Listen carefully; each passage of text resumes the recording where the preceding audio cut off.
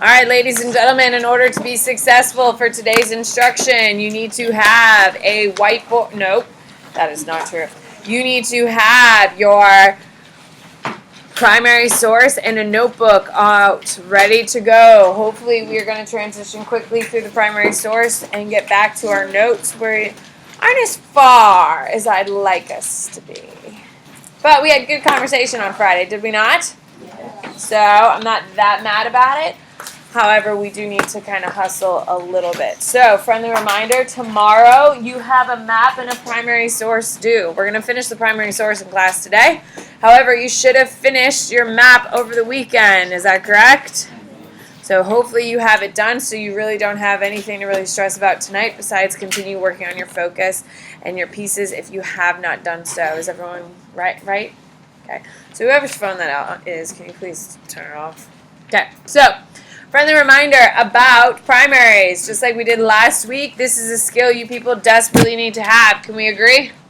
We are a little weak on it. Not all your fault. However, friendly reminder, I will just be calling on you. If you don't know something and you try, I'm not going to be mad about it. You not even trying is a huge problem. Just because I talked to you once doesn't mean I won't call on you again.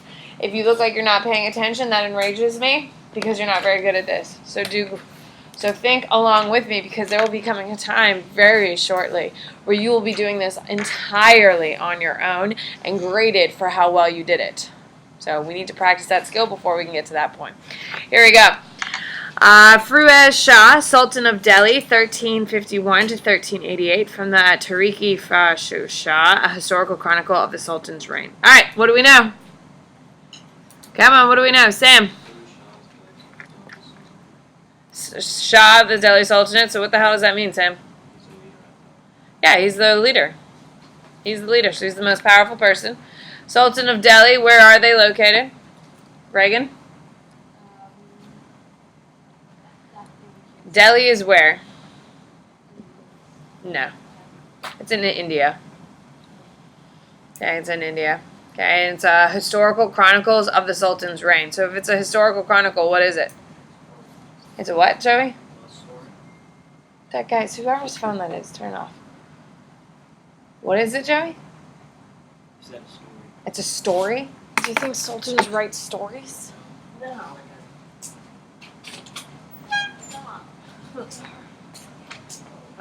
Alright. Take a seat right there for right now. Okay. If it's a historical chronicle, ladies and gentlemen, the President of the United States also has a historical chronicle. What the hell is a historical chronicle? Come on, what is a historical chronicle with a hand? Evelyn.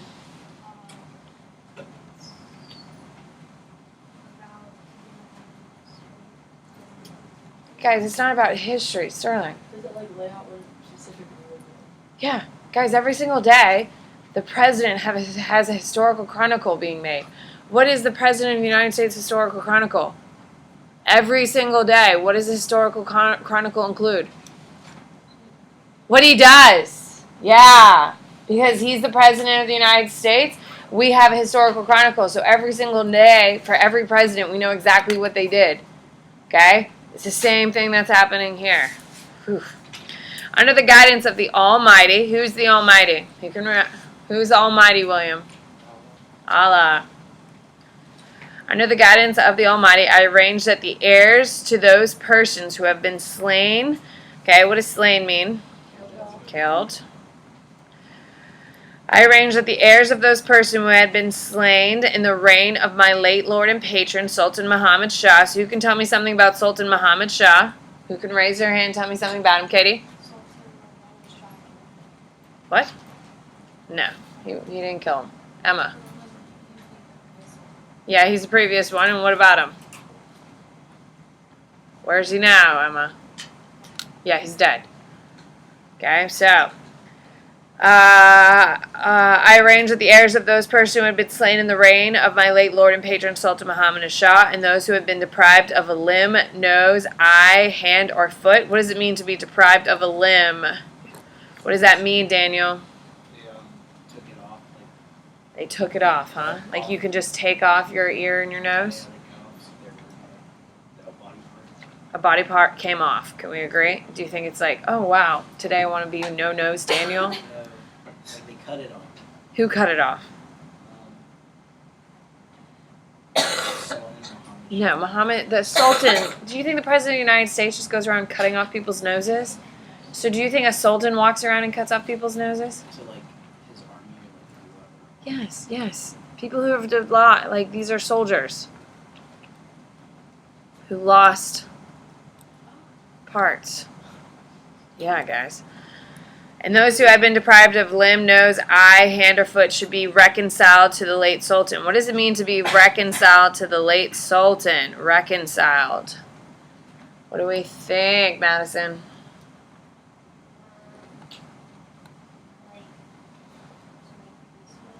Made peace with? Okay, but what does that mean? Okay, so who are they trying to get to forgive? Who are they trying to get to forgive the Sultan? The soldiers. So they're trying to make right with the soldiers.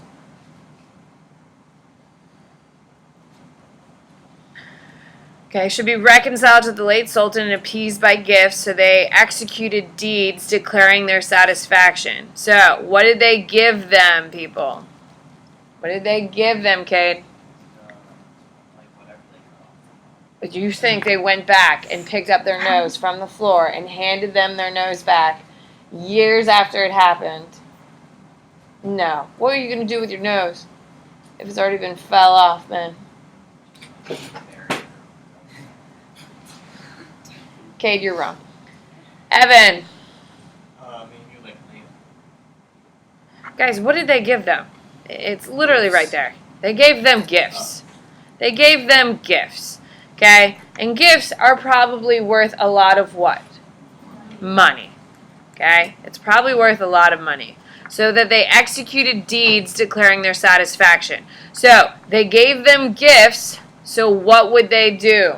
Come on. They gave them gifts, so what would happen, Jared? They won't be angry at who? Which Sultan?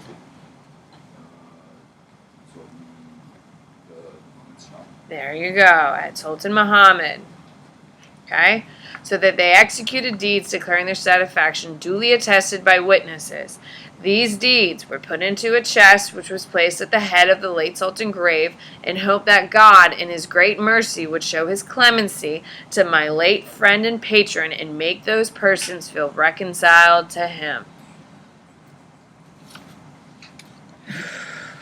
Historical context. You can tell me.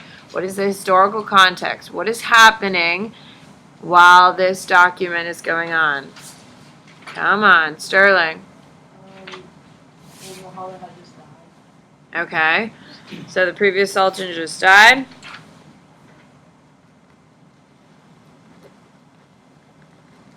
Fine.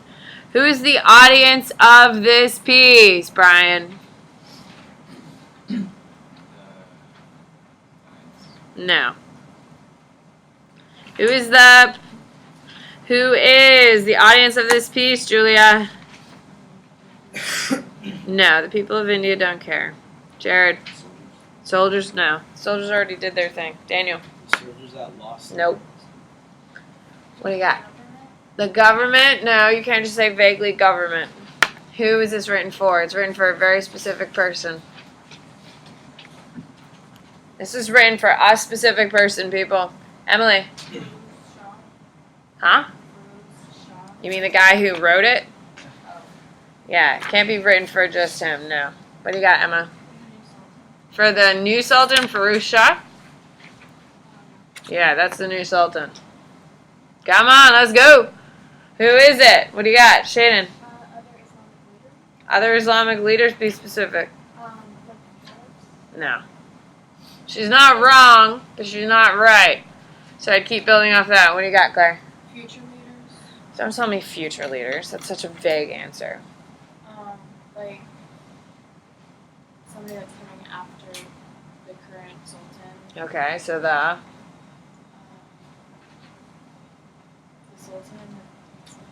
future sultan? Yeah, it's for the future sultan. Why is it for the future sultan, ladies and gentlemen? It's written for the next sultan. Why, Lily? Because this piece, like, he describes how he, like, made amends for the other sultans. Okay, so why is he writing this to the next sultan? So that they'll be Yes, so the purpose is so the next sultan will copy his lead and amend any ill will of his people. Why is he writing this when he wrote it? Why is the Sultan taking the time to write this all down? Why? Come on, Evan. Questions.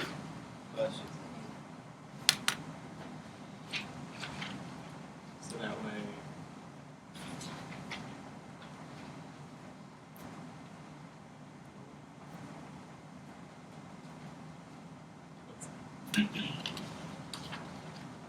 Why would he write all this down, Evan? So that way, like, people ask me. So, like, let's see. It's not just the paper. Guys, come on. We've already kind of covered it. What is the purpose of it? Sam, what's the purpose of it? For that, they have feelings for So why? Yes, he doesn't want bad feelings. Why? At the end of the day, why does he care? I don't care if you people don't like me right now because there's an end goal. So the end goal is for you to pass the damn AP exam. Playing nice, like, oh, okay, you guys are really... No, I don't placate because there's an end goal. What is his end goal? Maggie. for God to, like, show mercy. Why? So why is he doing everything he does? Come on, people. Put it all together, Lauren. Well, the person that, like, died was his friend, he said. It was, like, friend. I mean, it's kind of like, it's probably his father, for being honest. Please help me, Madison. No, there's no peace.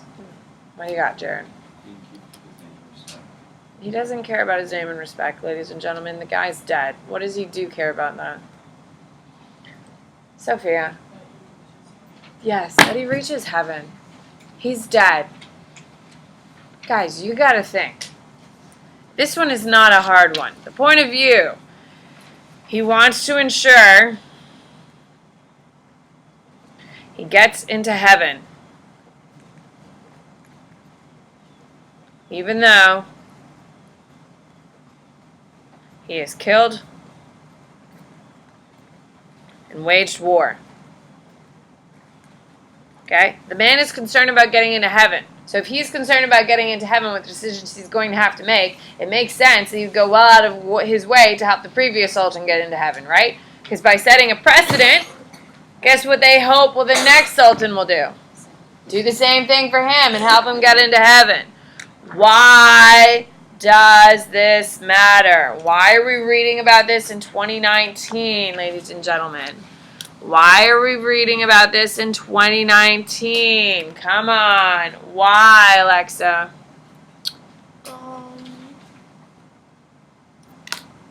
Why do we care? Maybe to show, like,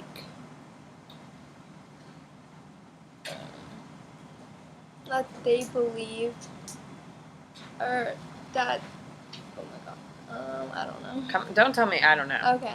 I will rage with I don't know. Tell me something and I'll be happy to tell you you're wrong. To show that they believed in wanting to get into heaven, So what is the most important thing to them? like God, Well, it's not God. or Allah. Allah. Why is this important? It shows the devotion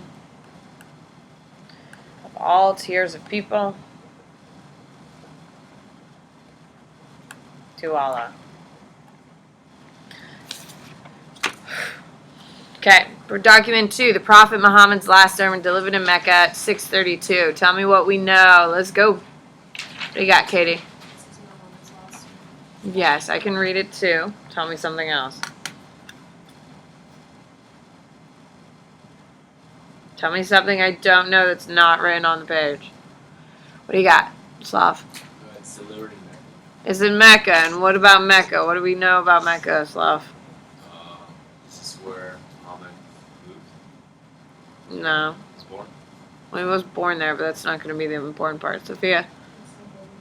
It's the holiest city. Okay? It's 632. You don't officially know this. This is the year he dies. He dies this year. Okay? No one has identified who Muhammad is, so why don't we start with that? Okay? Why don't we start there? Cade? Prophet of Allah. And starts what religion, Cade? Islam. Guys, these are the things you need to be pointing out immediately. O people, lend me an attentive ear, for I don't know whether after this year I shall ever be amongst you again. What sticks out about this, Emma? He knows he's going to die.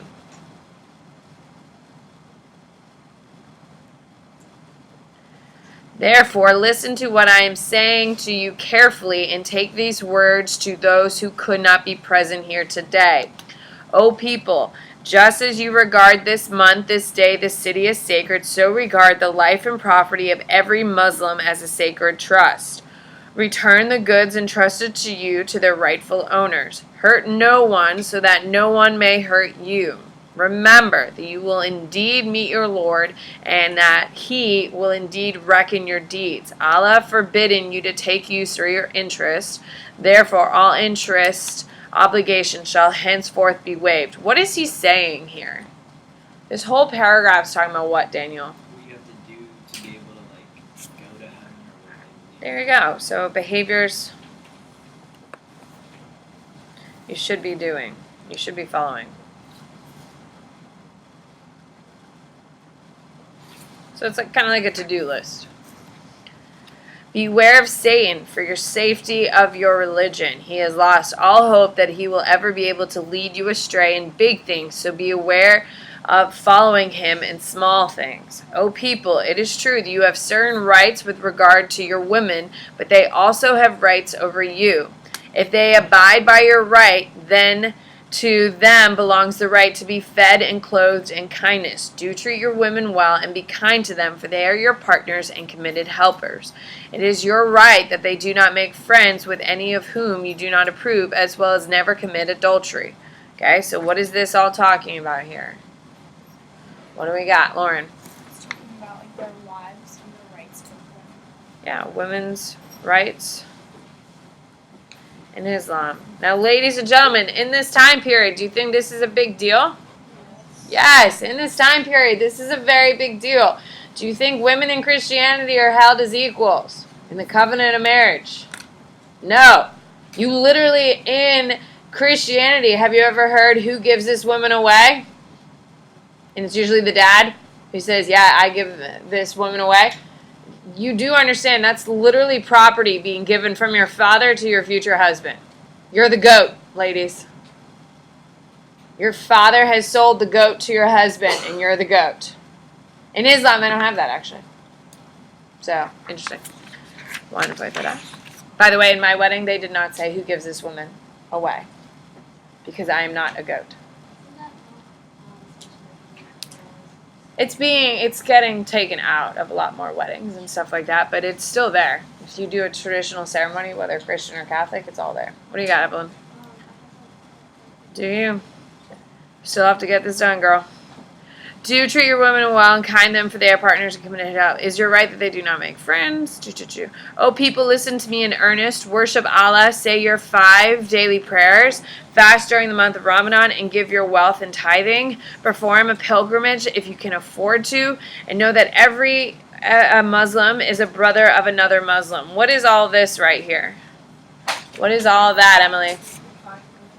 This is your 5 pillars of Islam. Okay, and the 5 pillars of Islam are essentially the what, ladies and gentlemen? The rules. Okay? You are all equal. Nobody has superior over the other except by piety and good action. Remember, one day you will appear before Allah and answer for your deeds. So beware, do not astray from the path of righteousness after I'm gone. O people, no prophet or apostle will come after me, and no new faith will be born. Reason well, therefore, O people, and understand my words which I convey to you. What's he saying here? What is he doing here? Come on. What's he doing here, Shannon? Reinforcing he is the last prophet. Why would he do that? Jesus didn't do that. Why did he do this? Come on. Reagan?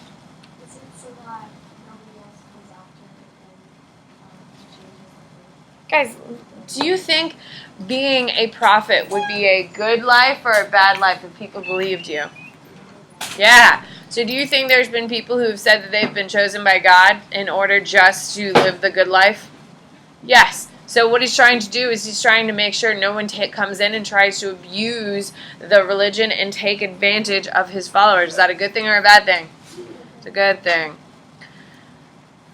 Reason well, therefore, O people, and understand my words which I convey to you. I leave behind me two things, the Quran and my example, the Sunnah, teachings of Muhammad.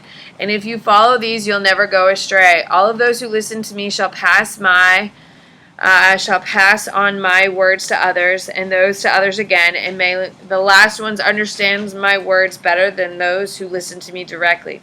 Be my witness, O Allah, that I have conveyed your message to your people. What is he doing here at the very end? What is he doing here at the very end, Joey? He's kind of saying that what he's saying is what Allah told him to say. Okay, fine. Allah told him, fine. But why? What is he trying to do here, Slav?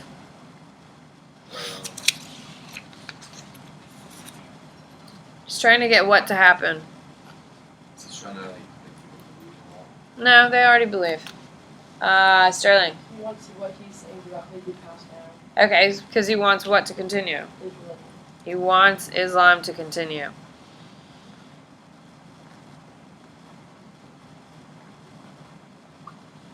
Slav, you got that all down? Come on, man. Okay. Historical context. What is the historical context of this piece, Claire? It's before Muhammad dies. I mean, we need a little bit more frame of reference. I mean, it's not like he's eating breakfast and dies 2 hours later, so... It's his last sermon. Last sermon before he dies. Who is the audience of this piece? Every hand should be up, people. Like, if you're going to answer a question, this would be the one I'd want. What do you got for me? What do you got, Jared? Is Muslims? People who follow Islam are called Muslims. What is the purpose of the piece? What is the purpose of the piece, Brian?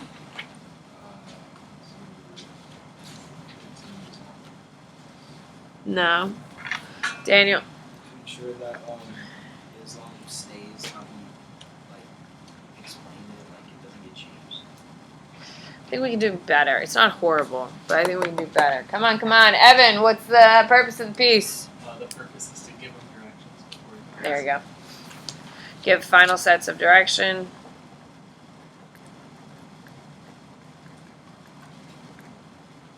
To his followers. I mean, look at it. I mean, he gives tons of information. Can we agree?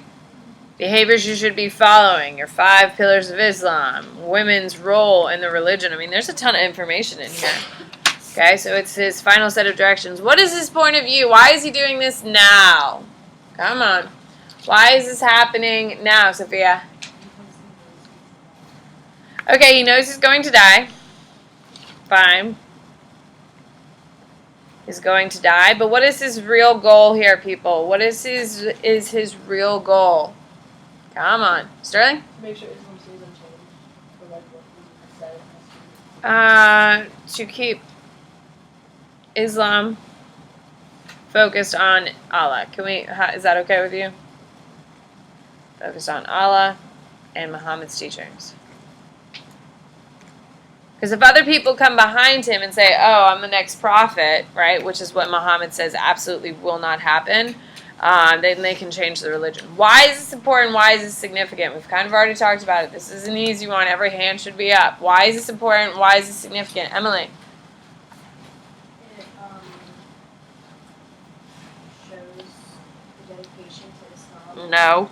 I can stand on a mountain and say things. Doesn't make me dedicated, no. Why is this important? Why? Katie? No. We've already covered that. That's the purpose. Reagan?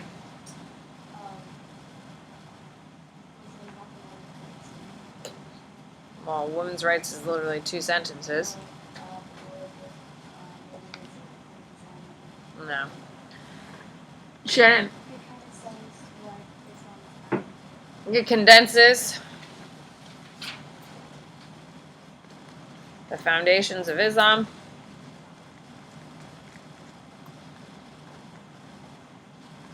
To ensure it's understood by its people, by its followers. Guys, doesn't it simplify the whole damn thing? Don't you understand? Don't you get a pretty good gist of Islam just by reading this one piece? Yeah. Okay, the Quran obviously goes through and expands it and talks about it in more detail, but at the end of the day, is it clean, clear, and concise about how you should be living if you're a Muslim? Yes. He's trying to condense it, trying to make it more powerful. Painful. That was an easy one. Come on. All right, take out your notebook. Let's go. We got a lot to do. What's up? I don't know if it's a 30-minute or a 10-minute. Is it 30 minutes? Jesus. Why? There's giving you packets, but, I mean, packets don't take that long, so that's stupid. All right, here we go. Who can tell me the last thing we talked about on your notes? Emma? Huh? Perfect. So the 5 pillars of Islam, there's only one God, but Allah and Muhammad as his prophet. So there's only one official big prophet of Islam. Now they use Jesus and they use Abraham as prophets as well, but Muhammad is the only prophet of straight up Islam. You need to know daily prayers 5 times a day, facing Mecca. If you don't have that, no, make it. No fasting during Ramadan means no eating or drinking while the sun is up. Charity is also known as almsgiving. ALMSGIVING. Almsgiving. You need to know charity is also known as almsgiving, and you need to know pilgrimage to Mecca or a Hajj, which means go to the holy city. Okay, those are 5 pillars of Islam. Cool. All right, so you do need to know a couple of other major terms about Islam. You need to know there's something called a jihad. Okay, even if you are not familiar with most of Islam, you've probably heard of jihad before, correct? They typically refer to it very often when they talk about these terrorists, and this is how they weaponize Islam. Now, jihad is known as struggle. It means struggle in Arabic, and it is when Muhammad fights anyone who's trying to remove Islam or anti-Islamic. Okay, now, jihad is when Muhammad fights anyone who is anti-Islam. What city does he take?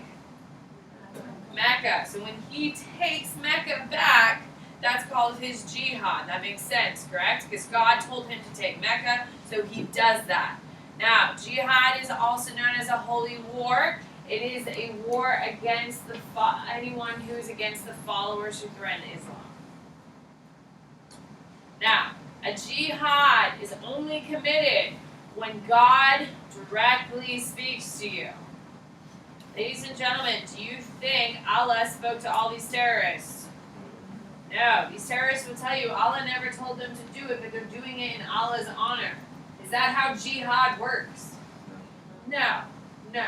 Allah is the only one who can request a jihad, and he requested that of Muhammad twice. Okay? No terrorist has ever said Allah spoke to them to do something. They say they do jihad in Allah's honor. Is that how it works? No. It's like killing people in Jesus' name because it's what Jesus would want. What? No. That's not how Jesus rolled. It's the same thing. Are they abusing Islam? Are they manipulating the stories of the Quran to benefit them? Yes. That is exactly what's happening here. So when you hear, well, Islam has jihad, what's the Christian equivalent? The Crusades and how Christianity was abused by them. So there's no direct correlation in the Bible. However, if you look at the Old Testament, God's killing everyone. Can we agree? Literally everyone drowns, right? Tons of death, tons of destruction. Okay. Islamic law is also known as Sharia law. Islamic law is known as Sharia law. You do need to know this. Okay? It is the codification of Islamic law. So countries that follow Islam have Sharia law. Stop, I need that hood off, man. It is based on the Quran and the Hadith. Who can tell me what is a Hadith? We talked about it on Friday. What's a Hadith? Come on. What is it, Reagan? The stories of Yeah, absolutely. Just like when you go and you read the gospel and you read about things Jesus did, Jesus struggled with in order to learn things about your own life. Yes, you're not alone. Jesus struggled with refusing the devil 3 times, all that crap. That's exactly what it is. Okay? It's all about looking at how life affects people and how to deal with that. Okay? You need to know that Sharia law is not just about religion, it's also like the daily focus of things. Just like Christianity has touched every aspect of our laws here in the United States, correct? Okay. The 10 Commandments are at the core of our laws. Do we have other laws to supplement it? Yes. Like, is there anything in the Bible that says you have to stop at a red light? Or a stop sign? No. However, at the core of our laws, we can agree, is the Christian beliefs, yes? Western Christian beliefs is the same thing that's happening over here. Okay? Now, you do need to know the Caliph. A caliph is going to be a leader of Islam. I would put in parentheses religious.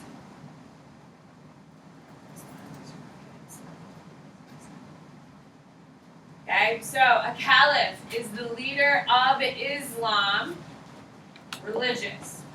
After Muhammad, there is no clear succession. You need to know that. Muhammad dies, there's no clear leader. Unlike, now Jesus, you realize Jesus did not start Christianity. Who did start Christianity? Paul of Tarsus, okay? Paul of Tarsus is the guy who started Christianity. When Paul of Tarsus died, did he leave a succession? Yes, yes he did. He said, when I die, which he knew was going to be, crucified. He got crucified upside down, by the way. Can you imagine? Me being crucified is terrible. But could you imagine being crucified upside down? How really atrocious. Yeah, he chose it because he didn't think he was worthy of being killed in the same way Jesus was. So he got it upside down. So, I don't know. Can you imagine having all that blood? Anyway, we got to get back on track. Okay, so Christianity, after Paul of Tarsus, once it gets started, has a clear line of succession. Now, do we have issues with it? Do we have multiple popes at multiple times and all this crap? Yes. However, Islam does not have a clear succession, which makes things very murky very quickly. However, everyone agrees that Abu Bakr should be the first caliph.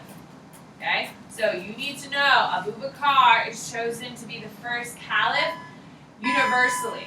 Everyone likes him, everyone takes him. You need to know that Abu Bakr is Muhammad's son-in-law. Okay, so there's a bloodline there.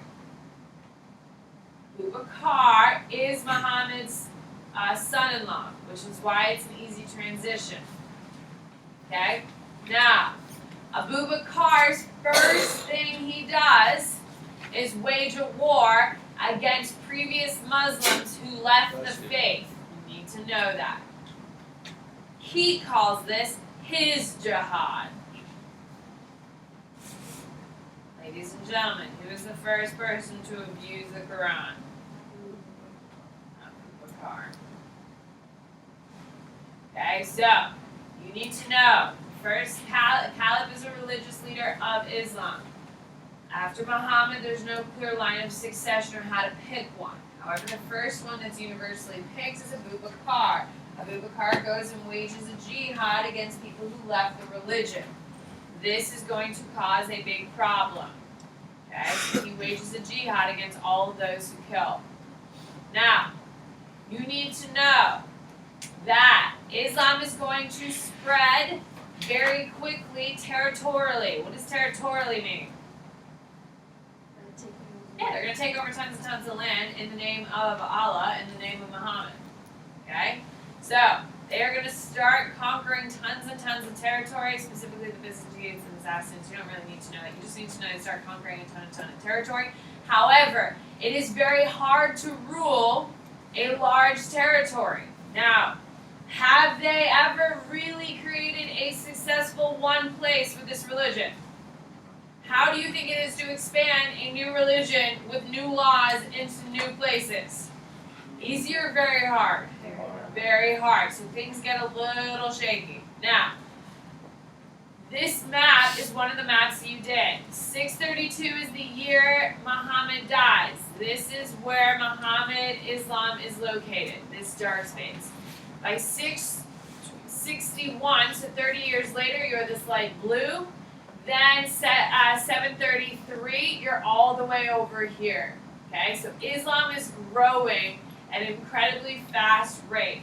Now, under Abu Bakr, Islam is a little shaky, I think we can agree. Once Abu Bakr dies, we're going to see it start breaking off into different caliphates, and then it's going to really rise into power. Okay, now, we are going to have our first break. So we're going to have our religious break. That's your new heading, a religious break. Disagreements over caliphs create two sects of Islam. I won't say Christianity. Disagreements over caliphs cause the creation of two religious sects. What's a sect? What's a sect? We've talked about 10,000 times in Christianity. Katie? Yeah, it's a different branch. So right now, how many sects of Christianity have I taught you? There's two. So everyone is Christian, and then it breaks after the Great Schism when we have Eastern Orthodox, Roman Catholicism. The Christianity, the breaks, the fraction, the first break in Christianity happens about 600 years after Jesus died. Islam, 10 years. Okay, so the first one is going to be called Shia or Shiite. Okay, you need to know it by two different names, Shiite or Shiite. So there are two major fractions. There's Sunni Shia or Shiite. Okay, and then you have Sunni. Okay, so there are two different sects, Shia and Shiite or Sunni. Now, you need to know the fraction occurs over the second caliph of Ali. So Abu Bakr, everyone's okay with. Everyone's fine with Abu Bakr. Makes logical sense. But after Abu Bakr, people aren't really happy with Abu Bakr because he's using what they feel they're abusing the Quran. He's taking advantage, he's using it to build a massive empire, which Muhammad never did. So they're like, he's abusing his power. So then we have a break with the appointment of Ali. Okay? So, with that being said, you need to know that they're going to break off. Now, Shiites, and you need to know this, Shia or Shiites, they believe it should be a direct descendant of Muhammad. That the Caliph should be a direct descendant of Muhammad. Ladies and gentlemen, how many of those do you think are wandering around? Not a lot. Okay? Sunnis believe it should be the most qualified person.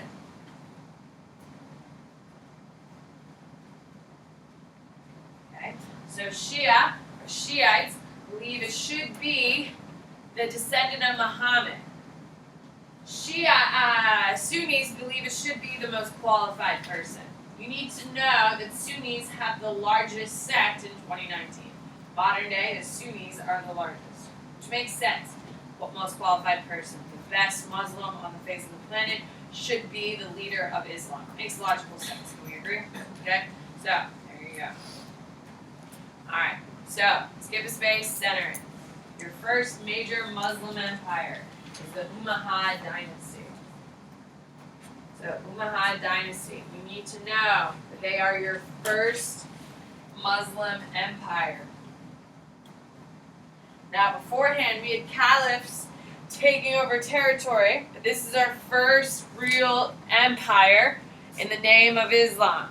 You need to know that it is going to make Islam stable.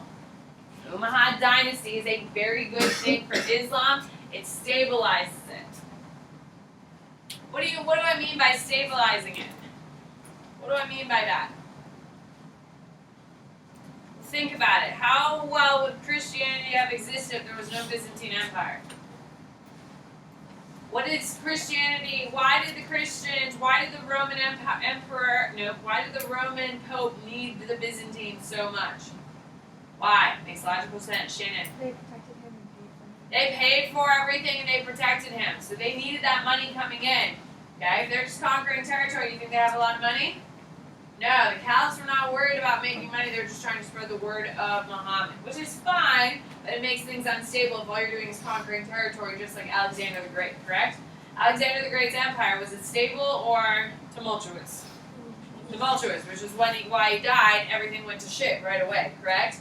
That's what's happening with the caliphs. They're just going over and conquering territory. It's the Umayyad Dynasty that actually stabilized Islam. If it wasn't for the Umayyad Dynasty, who knows what would happen to Islam? You need to know its capital is Damascus in Syria today. And it is all about Arab military supremacy and aristocracy. You need to know that they favor Arabs. They are super racist. Okay, which is going to, I think we can all agree, is going to lead to their downfall. Okay, because they're going to conquer a territory. Okay, so you need to know that they are super racist and they prefer Arabs.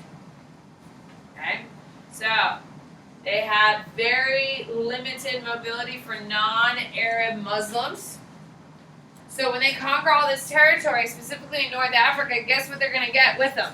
A ton of African converts. Africans convert to Islam at a very, very, very fast rate. Islam is the largest, most traditional religion in Africa. It's not until a bunch of white people in the 1800s start showing up and shoving Christianity down the throat. Later. Huh? Yeah, you knew it was coming. All right, have a good day. We have a lot to go, though.